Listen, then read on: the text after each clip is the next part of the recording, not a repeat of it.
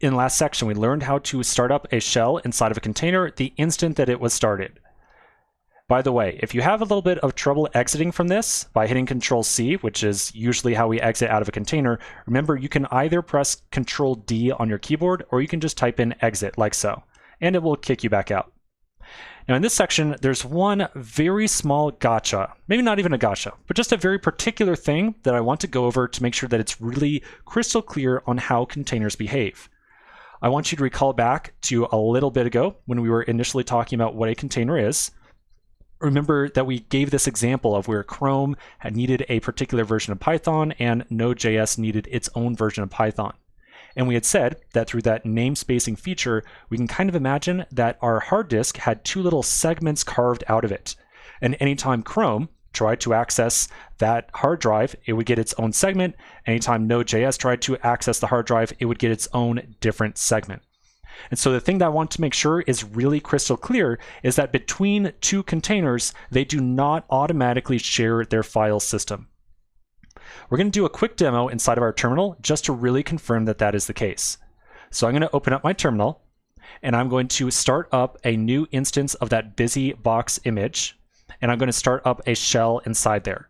So I'll do docker run -it BusyBox shell. So now I can list my files and folders inside of here, and I see just these default folders. I'm now going to open up a second terminal window, and I'm going to start a second container with the same parameters. So second terminal window, and I'll do docker run -it BusyBox sh. Now I'm going to open up one more terminal window, so this is going to be a third one.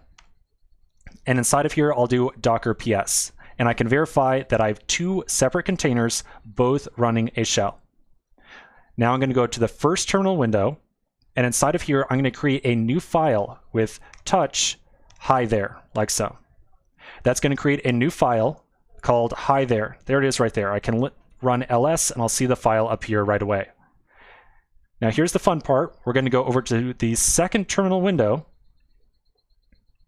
and I'll do an ls over here as well. And of course, I am not going to see that file of hi there because these two running containers have absolutely completely separate file systems, and there's no sharing of data between the two. Again, this is kind of a small thing, but I just wanted to make sure that it was very crystal clear.